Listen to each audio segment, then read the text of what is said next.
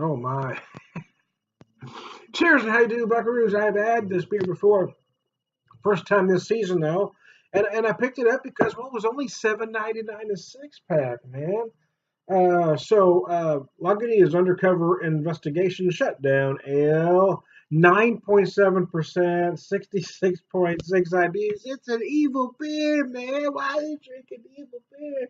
So other people won't have to. That's what I do. I look out for you people. A 9.7%. So wrap your head around that, right? A nine 9.7% beer for only $8 a six pack. That's a deal, man. I don't care who you are, that's a bargain. I've ran into some folks lately for whatever reason don't like Lagunitas. I mean, I don't care. I even had one guy be so ignorant as to say, well, they all taste the same. I mean, that is just as ignorant statement as there is. But, there is that segment of, pretentious craft beer drinkers, and they get a hold of things and they keep saying the same thing over and over again. Oh, this brewery's bad. That brewery's bad. You can't drink this beer. You have to throw beer away after 90 days. I mean, just the ignorance astounds me. But anyway, yeah, this is an interesting beer. It's kind of what Lagunitas does. One of the reasons that I liked Lagunitas when I was first able to have them, I don't know, probably about a decade ago now, ish. Who can remember exactly? Because they defy styles, right? I mean, 9.7%, 66.6 IBUs. They don't call it an IPA, but it certainly could be called one. They don't call it a barley wine, but it probably could fit that moniker as well. Strong ale, I mean, but it's one of those beers that sort of defies styles. My nose is a little challenged. I'm having some allergy issues, so I'm going to do the best I can here. Getting some pine herbal notes. I'm also feeling a lot of malt sweetness, almost something like molasses on the nose. And I'm feeling some citrus as well, but I may get more as we go here. So let me just take a drink and keep going. Since that's kind of what I do anyway.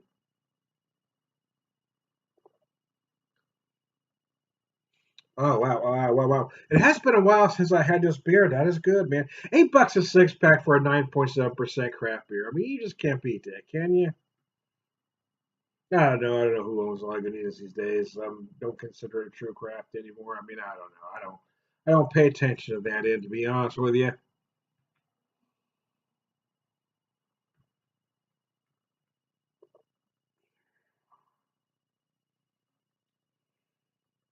I mean, I try to buy independent craft whenever possible. I mean, especially my local ones.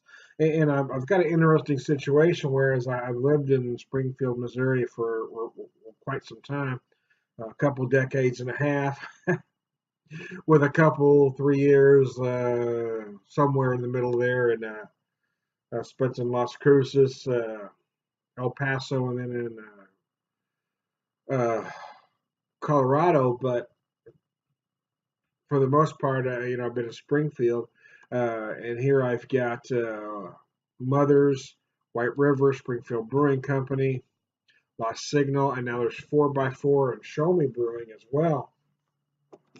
But holy fuck, I can't believe I did that, boy. Wow, my leg twitched and messed up my shot. You see that? There you can don't tell I'm in my living room and not in this lovely pub. Wow, man, Tourette's is a bitch. I get all sorts of twitches and ticks, man. Anyways, where was I? Yeah, but I work in Arkansas during the week, right? I work in Northwest Arkansas during the week. So, and now I just come back to Springfield on the weekends, usually Friday afternoon. I come back to Springfield, so I've come to consider, you know, the breweries in the territory that I work, uh, local as well. I mean, Bike Rack, Bentonville, Saddlebot, Core, Fossil Cove, New Province. There's getting to be a bunch of them out that way. So I do tend to try to buy small and local when possible, but every once in a while I do want to visit a beer like this. And like I said, I don't even know who owns them at this point, and I don't care. If I find a beer like this at a price, I'm going to pick it up. If it was $8, it's a 9.7% beer.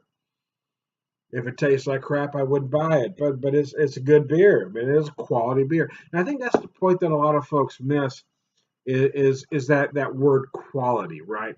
If they're gonna make quality beer, I will probably purchase it. The other side of that is that there are some that will defend macros right to the end and talk about certain beers that aren't of quality. You know, in my opinion, I guess, but I think it can be proven. I mean, there are certain crafty brands I don't think are on par with craft beer, and I'm not going to put them on that level.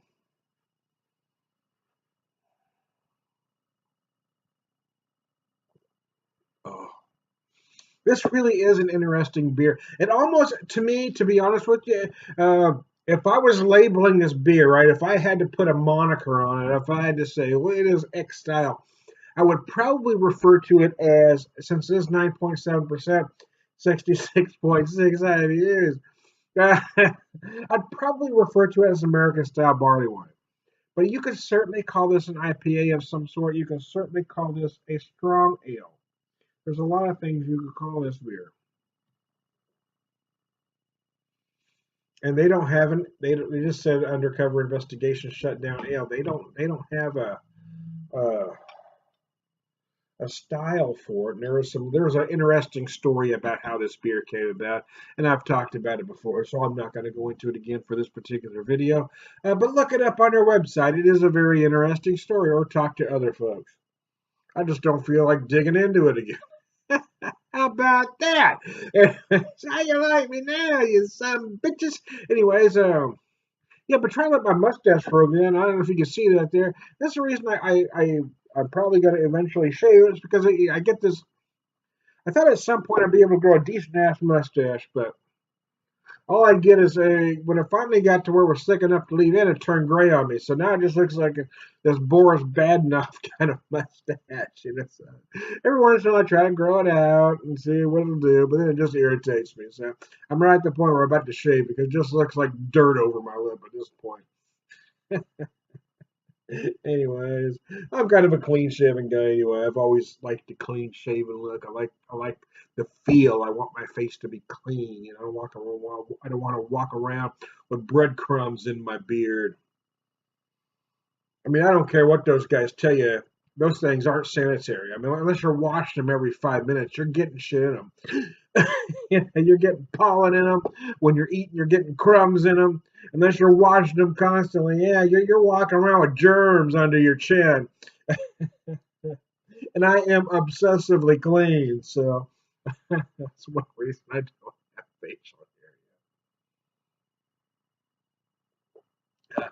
Part of it's a Tourette's because OCD is a component of Tourette's. A lot of folks don't realize that. So my Tourette's actually wasn't diagnosed until I was 32, which is rather old. It's not terribly unusual, but most are diagnosed younger. But a lot of it's just because we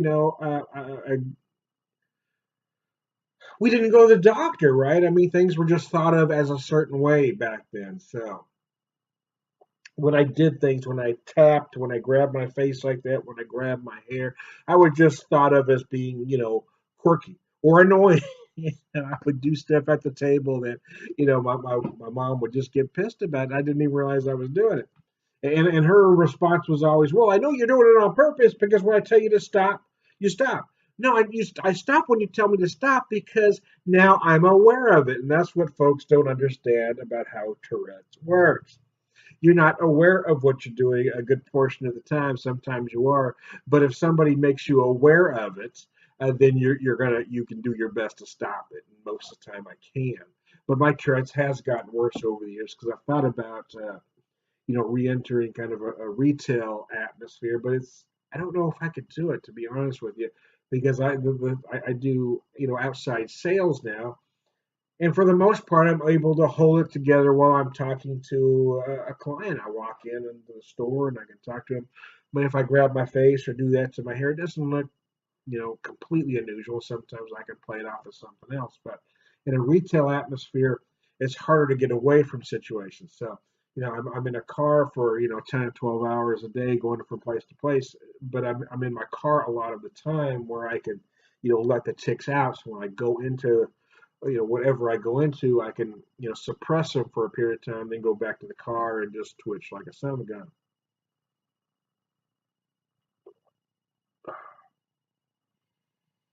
There are medications. People tell me this. There are medications. Yes, but I don't want you to take them. They don't make you feel right. I just don't. I don't want to be.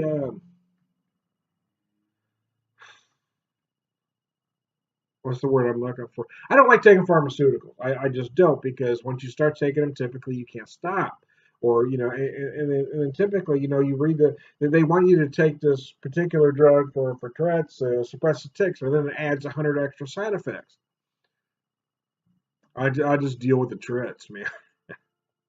For those of you that may ask, alcohol does help a little bit. It does help the ability to suppress the tics sometimes. Sometimes.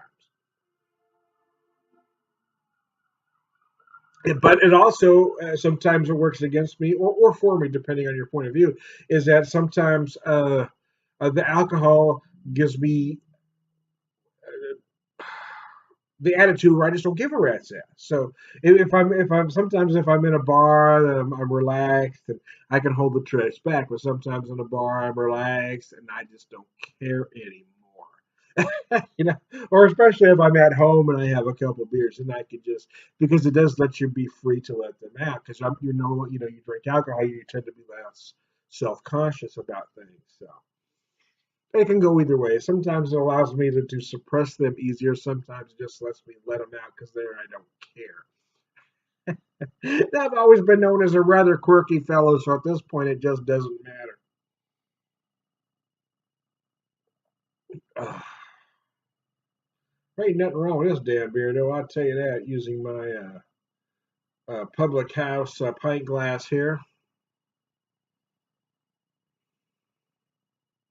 $8. All Lagunitas beers taste the same. Really? Harry Eyeball does not taste like Undercover Shutdown, nor does Lucky 13 or any of the hundreds of other beers that Lagunitas have. And the fact that somebody said that just makes me go, oh man, that is beyond ignorant, man. They all taste the same. No, they don't, you dumbass. But it's become commonplace for that type of beer snob to denigrate certain things.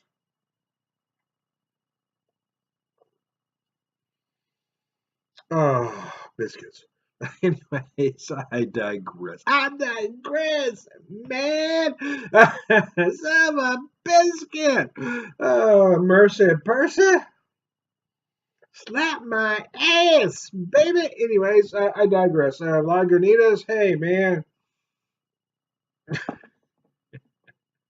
Right, bucks. I buy this shit. I ain't kidding. I ain't scared. $7.99 is rather inexpensive for this beer. It's an introductory price at a new store that opened up in town, and a lot of places will do that. But Lagunitas have also, I mean, they've been known for, not gouging beers even before. You could buy a lot of their fairly high alcohol stuff for about the price of somebody else's session beer. So that I've always liked. I mean, to be honest with you, at $8.99, at $9.99 a six pack, this would be a good deal. But it's a 9.7% beer. Typically, I mean, these days 9.7% beers are selling for $10 a four pack.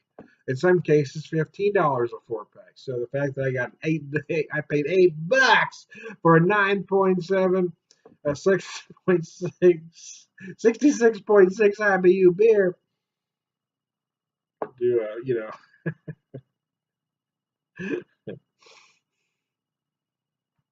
spectacles, testicles, wallet, watch. If you're my camera, about to glitch out, so I'm going to end this. I am Tom the Beer Whisperer, BeerVangelist, prolific beer drinker, purveyor of wisdom, man.